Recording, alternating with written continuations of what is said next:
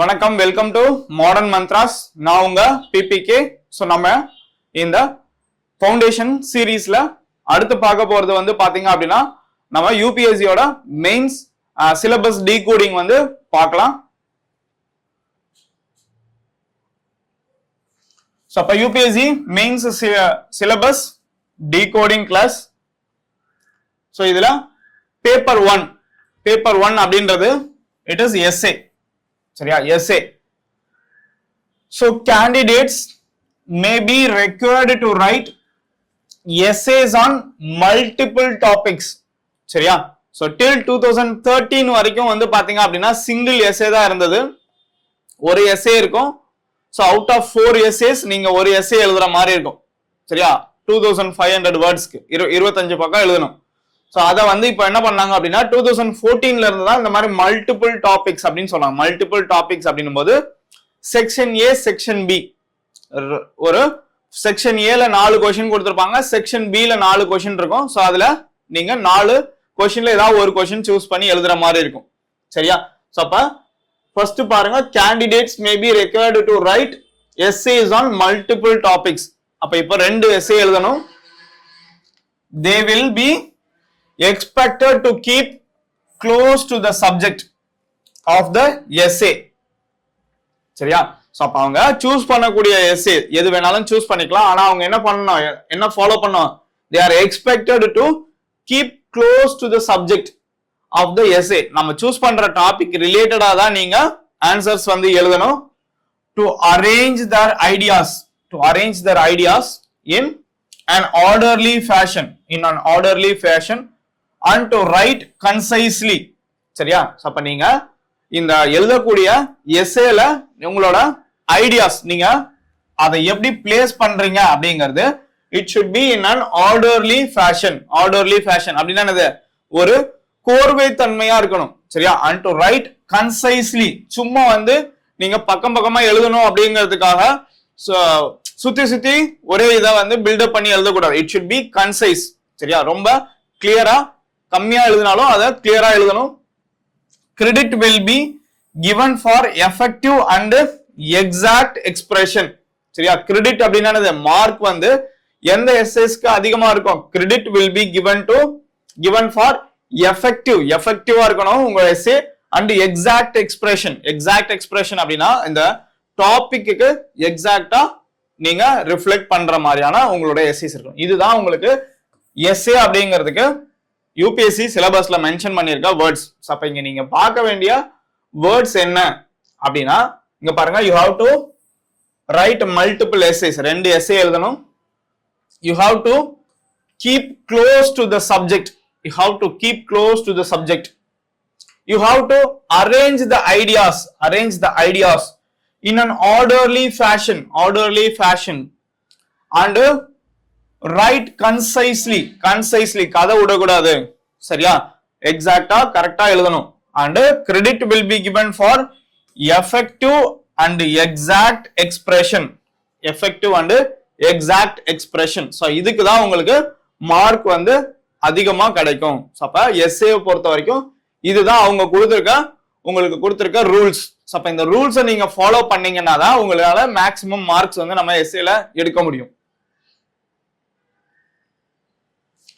Next வந்து பாத்தீங்க அப்படின்னா பேப்பர் 2 அப்படிங்கிறது general studies 1. So general studies 1ல அவங்களோட சிலபஸ்ல என்ன மென்ஷன் பண்ணிருக்காங்க அப்படின்னா, Indian heritage and culture, history and geography of the world and the society. So இதான் உங்களோட சிலபஸ் மென்ஷன் பண்ணிருக்காது. சரியா, சோ இதுல அவங்க உள்ள சப் டாபிக்ஸ் என்னென்னலாம் கொடுத்துருக்காங்க அப்படிங்கறத பாருங்க. சோ இதை வச்சுதான் நம்ம டீகோட் பண்ணி படிக்க முடியும். சோ அப்ப இந்தியன் கல்ச்சர் அப்படிங்கறதா இந்த Indian heritage and culture. So அப்ப இங்க you are going to read about art and culture in India. சரி, அப்ப இங்க என்ன படிக்கணும் அப்படின்னா, ஹிஸ்டரியில ancient, medieval, modern, post independence. அப்ப இப்ப வரைக்கும் டில் மாடர்ன் டைம்ஸ் அப்படின்னு சொல்லிருப்பான். டில் மாடர்ன் டைம்ஸ் அப்படின்னா இப்ப வரைக்கும் நடந்திருக்க ஆர்ட் அண்ட் கல்ச்சர்ல இந்தியால ரொம்ப இம்பார்ட்டன்டான விஷயங்கள் எல்லாத்தையுமே நீங்க படிக்கணும். அப்ப ஃபர்ஸ்ட் பார்ட்ல ஆர்ட் அண்ட் கல்ச்சரை படிக்கணும். சோ அப்ப ஏன்ஷியன்ட் அண்ட் மிடிவல்ல அதர் ஆஸ்பெக்ட்ஸ் எல்லாம் விட்டுறலாம். சரியா? ஒன்லி உங்களோட கல்ச்சுரல் பர்ஸ்பெக்டிவ் மட்டும் படிச்சா போதும். ஏன்ஷியன்ட்ல நார்மலா பொலிட்டிக்கல் ஹிஸ்டரி இருக்கு, சோஷியல் ஹிஸ்டரி இருக்கும், எக்கனாமிக் ஹிஸ்டரி இருக்கும், ரிலீஜியஸ் ஹிஸ்டரி, கல்ச்சுரல் ஹிஸ்டரின்னு ஸோ நிறைய டிஃபரன்சஸ் இருக்கும். ஸோ அப்போ அதில் நம்ம இந்த cultural history, art and culture மட்டும் படிச்சாலே போதும். Next modern Indian history and Indian freedom struggle. So அப்போ இது வந்து பாத்தீங்க அப்படின்னா இந்த மாடர்ன் இந்தியா வந்து கம்ப்ளீட்டா நம்ம படிக்க வேண்டியது இருக்கும். Modern India. அடுத்து போஸ்ட் இண்டிபெண்டன்ஸ் கன்சாலிடேஷன்ஸ்னா ஸோ இந்தியா இண்டிபெண்டன்ஸ்ல இருந்து இப்போ வரைக்கும் என்ன நடந்துட்டு இருக்கு அப்படிங்கறதெல்லாம் முக்கியமான ஈவெண்ட்ஸ். ஸோ அதெல்லாத்தையும் நம்ம இங்க படிப்போம். Next history of the world அப்படின்னா இங்கேயும் நீங்க எல்லாத்தையும் படிக்கணும்ன்றதுல அவனே மென்ஷன் பண்ணுவான். இதுல ஃப்ரம் மிட் 18th century அப்படின்னு மென்ஷன் பண்ணியிருப்பான். சரியா? மிட் 18th century அப்படின்னா சோ இப்போ இங்க என்னென்னலாம் இவங்க ஃபோக்கஸ் பண்றாங்க அப்படின்னா இண்டஸ்ட்ரியல் ரெவல்யூஷன். சரியா? இண்டஸ்ட்ரியல் ரெவல்யூஷன் இந்த 1750s யூரோப்ல வந்திருக்கும். அப்ப அதுல இருந்து நம்ம படிக்கணும். ஸோ அப்ப இந்த டெவலப்மெண்ட் ஆஃப் ஸ்டீம் இன்ஜின். சரியா? Development of steam engine. So அப்ப டெக்னாலஜிக்கல் அட்வான்ஸ்மெண்ட்ஸ். ஸோ அங்க இருந்து நம்ம ஸ்டார்ட் பண்ணணும் டில் நவ். ஸோ இப்போ வரைக்கும் என்னென்னலாம் வேர்ல்டு ஹிஸ்டரியில நடந்துகிட்டு இருக்கோம். ஸோ அது எல்லாமே நமக்கு இங்க தேவைப்படுது. ஸோ அப்ப இந்த பேப்பரும் இந்த பார்ட்டும் உங்களோட ஐஆரும் கிட்டத்தட்ட ரிலேட்டடா இருக்கும். சரியா? ஸோ அங்கேயும் நம்ம அந்த கோல்டு வார் ரிலேட்டடா என்ன இன்டர்நேஷனல் ரிலேஷன்ஸ், ஒரு கண்ட்ரியோட நம்ம பாலிசிஸ் எப்படி சேஞ்ச் பண்ண சொல்லலாம். ஆனா இங்கேயும் இம்பாக்ட் ஆஃப் கோல்டு வார் இதெல்லாமே நம்ம இங்க படிச்சுட்டு இருக்கோம். First world war, second world war, gold வார். சரியா? டீகாலனைசேஷன். ஸோ இந்த மாதிரியான டாபிக்ஸ் மென்ஷன் பண்ணியிருப்பான். அதே மாதிரி கேபிட்டலிசம், கம்யூனலிசம், சோசியலிசம் இந்த மாதிரியான ஐடியாலஜிஸ் என்னன்னு கொடுத்திருப்பான். ஸோ அதையும் நம்ம பார்த்துக்கணும். Next Indian society. சரியா? ஸோ அப்ப இந்தியன் சொசைட்டில என்னென்னலாம் நம்ம நடந்திருக்கு. ஸோ அப்ப ஃபர்ஸ்ட் ஸ்டார்டிங்ல salient features of Indian society இதையும் பார்க்கணும். சோ இது போக இப்ப ரீசெண்டா நடந்த இந்த சொசைட்டில நடந்த social changes and development. So இந்த இஷ்யூஸையும் நம்ம பார்க்கணும். சோஷியல் சேஞ்சஸ் என்ன நடந்திருக்கு அப்படின்னா ஃபார் எக்ஸாம்பிள் மேரேஜ்ல என்ன மாதிரியான சேஞ்சஸ் நடந்திருக்கு, ஃபேமிலியில என்ன மாதிரியான சேஞ்சஸ் நடந்திருக்கு. சரியா? பிகாஸ் ஆஃப் குளோபலைசேஷன்னால இந்த சொசைட்டி, இந்தியன் சொசைட்டி வந்து எப்படி அஃபெக்ட் ஆயிருக்கு. ஸோ இந்த மாதிரியான பாசிட்டிவா இருக்கலாம், நெகட்டிவா இருக்கலாம். ஸோ எல்லாத்தையும் இங்க இந்தியன் சொசைட்டில நம்ம பார்த்துக்கணும். ஸோ அப்ப பேசிக்ஸ் ஆஃப் இந்தியன் சொசைட்டியும் உங்களுக்கு தெரியணும். இந்த வர்ணா சிஸ்டம். சரியா? இந்த கேரக்டரிஸ்டிக்ஸ் ஆஃப் காஸ்ட். ஸோ அதே மாதிரி ஜாயிண்ட் ஃபேமிலி சிஸ்டம். ஸோ இதெல்லாமே salient featuresல சொல்லுவோம். யூனிட்டி இன் டைவர்சிட்டி. ஸோ இதெல்லாமே வரும். அதே மாதிரி இப்ப ரீசெண்டா நடந்துகிட்டு இருக்கக்கூடிய சோஷியல் சேஞ்சஸ் அண்ட் டெவலப்மெண்ட் என்னென்னலாம் இந்தியால நடந்துட்டு இருக்கோ. ஸோ அதையும் நீங்க தெரிஞ்சுக்கணும். நெக்ஸ்ட் ஜியாகிரபி சிலபஸ்லயும் உங்களுக்கு என்ன மென்ஷன் பண்ணிருப்பாங்க அப்படின்னா salient features of world physical geography. So இதெல்லாம் நீங்க ப்ரிலிம்ஸ் அப்பவே நல்லா படிச்சிட்டீங்க அப்படின்னாலே இந்த பேப்பர் 1ல நம்ம எக்ஸ்ட்ராவா ஒரு சில டாபிக்ஸ் தான் படிப்போம் ப்ரிலிம்ஸ் இல்லாம. ஸோ இங்க ஜியாகிரபில நம்ம ப்ரிலிம்ஸ்லயே முடிச்சு வச்சிடலாம். சரிங்களா? ஸோ இது போக distribution of resources in the world and particularly in South Asia. So இந்தியாவை மீன் பண்ணி சொல்லுவாங்க. ஸோ அப்ப டிஸ்ட்ரிபியூஷன் ஆஃப் ரிசோர்சஸ். ஸோ ரிசோர்சஸ்ன்றது என்ன ரிசோர்ஸ் வேணாலும் இருக்கலாம். So it can be either water resources, it can be mineral resources, it can be energy resources. சரியா? So அது மாதிரி நிறைய ரிசோர்சஸ் இருக்கு. So any resource distribution வேர்ல்டும் நமக்கு தெரிஞ்சிருக்கணும், பர்டிகுலரா இந்தியாவும் நமக்கு தெரிஞ்சிருக்கணும். அதே மாதிரி டிஸ்ட்ரிபியூஷன் ஆஃப் இந்த ஜியோபிசிக்கல் ஈவெண்ட்ஸ் அப்படின்னு சொல்லிருப்பான். ஜியோபிசிக்கல் ஈவெண்ட்ஸ் அப்படின்னா இந்த வேர்ல்டுல நடந்த முக்கியமான இந்த டிசாஸ்டர்ஸ் சொல்றோம்ல.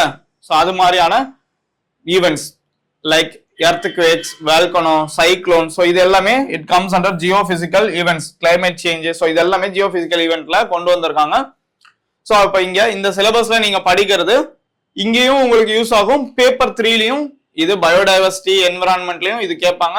அதே மாதிரி உங்களோட டிசாஸ்டர் மேனேஜ்மெண்ட்லயும் இது மர்ஜ் ஆகும். ஸோ இந்த ஒரே வருஷம்லாம் ஒரே கொஸ்டின் பேப்பர் 1லயும் கேட்டிருக்காங்க, பேப்பர் 3லயும் கேட்டிருக்காங்க. சரிங்களா? ஸோ இதுதான் பேப்பர் 1ஓட சிலபஸ். சரியா? ஜெனரல் ஸ்டடிஸ் பேப்பர் 1, ஜெனரலா பேப்பர் 2 இது. Next paper 3. Paper 3 general studies 2. General studies 2. So அப்ப இதுல governance, constitution, polity, social justice and international relations அப்படின்னு கொடுத்திருக்காங்க. ஸோ இதுலயும் basics of constitution of India. சரியா? Constitution of India. அப்போ கான்ஸ்டிடியூஷன் மேக்கிங் எப்படி பண்ணாங்க, அதோட சேலியன்ட் ஃபீச்சர்ஸ் என்னென்ன, இம்பார்ட்டன்ட் பார்ட்ஸ் என்னென்ன, fundamental rights, DPSP, fundamental duties. So இந்த மாதிரி இதெல்லாம் தெரிஞ்சுக்கணும். Next Indian polity.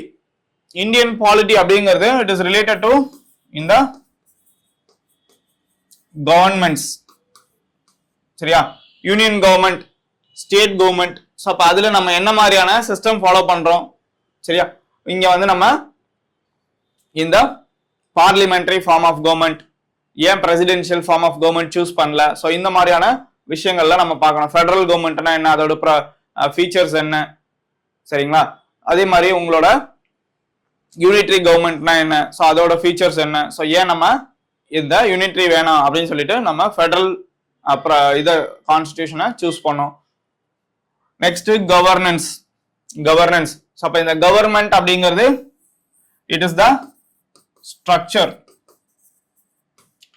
சரியா? இந்த ஸ்ட்ரக்சர் பர்ஃபார்ம் பண்ணக்கூடிய ஃபங்க்ஷன்ஸ், இவங்க ஒரு வேலை இருக்கும். ஸோ இப்போ government organs of government like legislature, executive, judiciary. அப்போ ஒவ்வொருத்தவங்களுக்கும் ஒவ்வொரு வேலை இருக்கும்ல.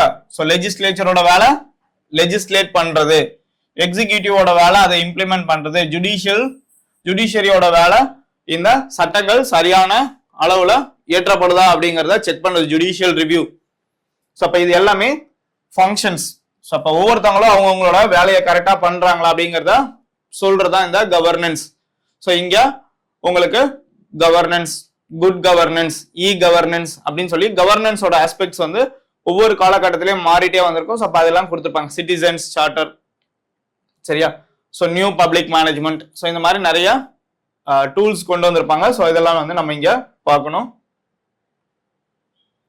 Next social justice. Social justice அப்படின்றப்போ இந்தியால இந்த கவர்மெண்ட்டோ கவர்னன்ஸோ என்ன மாதிரியான டெவலப்மெண்ட் மெஷர்ஸ் பண்றாங்க. ஸோ இந்த டெவலப்மெண்ட் மெஷர்ஸ் மக்களை எப்படி போய் சேருது, லைக் ஹெல்த், எஜுகேஷன்.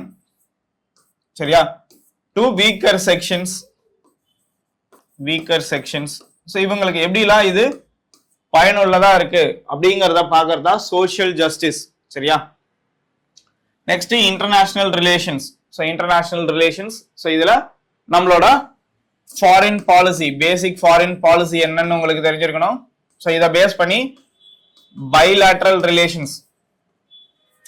அப்ப நம்ம இரு நாடுகள், சரியா, நாமளும் வேற இன்னொரு நாடும் சேர்ந்து என்ன மாதிரியான ஒப்பந்தங்கள், அக்ரிமெண்ட்ஸ் இது பண்றோம். பைலேட்டரல் ரிலேஷன்ஷிப், மல்டிலேட்டரல் மோர் தென் 2. சரியா? Multilateral agreements. ஸோ இதை பண்ணணும். ஸோ அதே மாதிரி இன்டர்நேஷனல் ஆர்கனைசேஷன்ஸ்.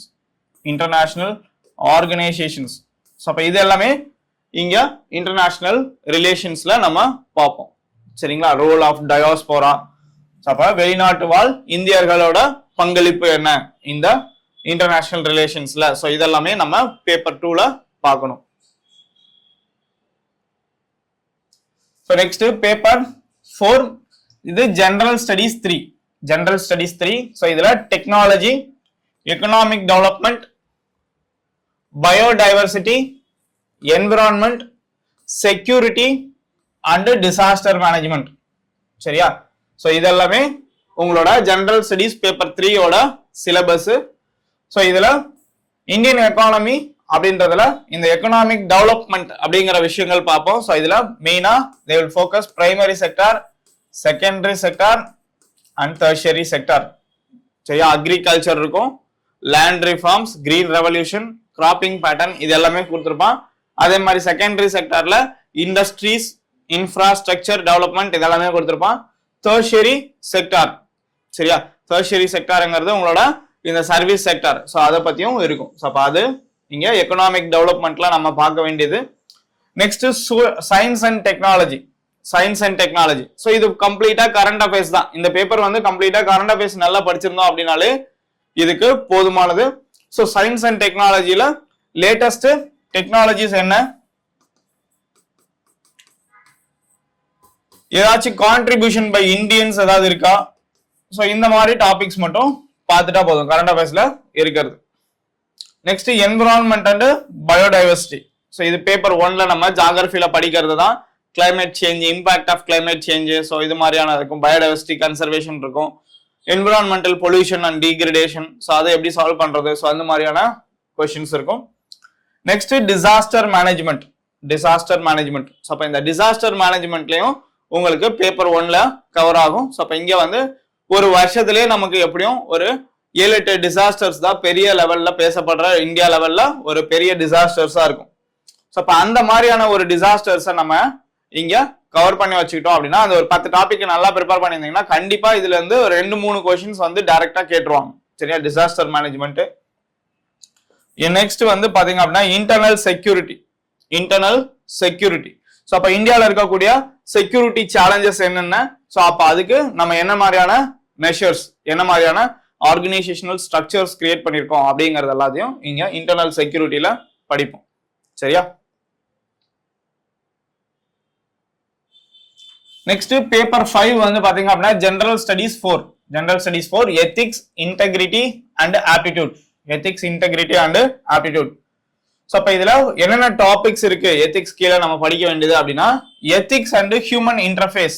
சரியா, எத்திக்ஸ் அண்ட் ஹியூமன் இன்டர்ஃபேஸ் அப்படின்னா, ஸோ இந்த எத்திக்ஸ் அப்படின்னா என்ன, ஸோ இது ஒரு மனிதனோட வாழ்க்கையில எந்தெந்த இடங்கள்ல எப்படிலாம் பயன்படுது. ஸோ அப்ப personal ethics, professional ethics, so அப்ப இந்த மாதிரிலாம் கொடுத்துருப்பாங்க. இப்போ பர்சனல் லைஃப் அதுலயும் நீங்க எத்திக்கலா இருக்கணும், அதே மாதிரி ப்ரொஃபஷனல் லைஃப் அதுலயும் எத்திக்கலா இருக்கணும். ஸோ அப்போ ஒரு சிலர் என்ன பண்ணுவாங்க அப்படின்னா, ப்ரொஃபஷனல் வேலையில பயங்கர கரெக்டா இருப்பாங்க, ஆனா அதனால பர்சனல் லைஃப்ல சரியா இல்லாம போடும். அப்படி இருந்தாலுமே யுவர் அன்எத்திக்கல் அப்படின்ற மாதிரியான இதுதான் வரும். ஏன்னா நீங்க ப்ரொஃபஷனலா ஜெயிச்சிடுறீங்க, ஆனா பர்சனலா தோத்து போயிடுறீங்க. வீட்டுல நீங்க கேர், லவ், சரியா, ஸோ இது எல்லாமே வந்து பாத்தீங்க அப்படின்னா உங்களோட பர்சனல் எத்திக்ஸா சொல்லக்கூடிய வேல்யூஸ். ஸோ அப்ப அதெல்லாம் நம்ம இங்க பார்ப்போம். Next attitude. ஆட்டிடியூட் அப்படின்னா என்ன, ஸோ அப்ப இந்த ஆட்டிடியூட் வந்து எப்படி நம்ம டெவலப் பண்றது. சரியா, ஸோ ஆட்டிடியூட் அப்படிங்கிறது ஒரு பொருள் மேல நம்ம வைக்கக்கூடிய அந்த மதிப்பு அப்படின்னு சொல்றோம்ல, ஒரு வேல்யூ சிஸ்டம் கிரியேட் பண்றோம்ல, ஸோ அதுக்கு பேர் தான் ஆட்டிடியூட் ஃபார்மேஷன். ஸோ ஒரு பொருள் மேல ஒரு ஆட்டிடியூட நம்ம எப்படி செலுத்த முடியும், ஸோ அப்ப அந்த ஆட்டிடியூட எப்படி நம்ம மாற்ற முடியும் அப்படிங்கிறது தான் இந்த ஆட்டிடியூட். ஸோ இது சிவில் சர்வெண்ட்டுக்கு ரொம்ப முக்கியமான ஒரு விஷயம்.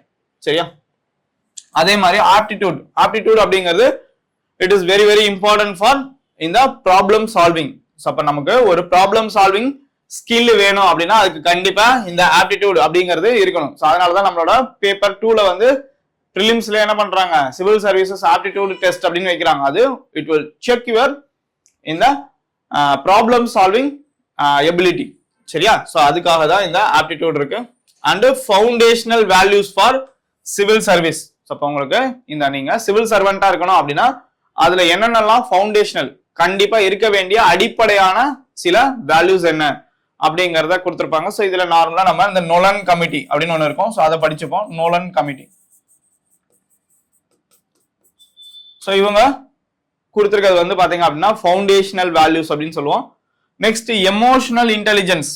எமோஷனல் இன்டெலிஜென்ஸ், சரியா, ஸோ இது ரொம்ப இம்பார்ட்டன்டான டாபிக். ஸோ ஒரு சிவில் சர்வெண்டா இருக்கீங்க அப்படின்னா நீங்க உங்களோட இமோஷன்ஸை கண்ட்ரோல் பண்ண தெரிஞ்சவங்களா இருக்கணும். You should be aware of your self emotions. You should be able to regulate your emotions.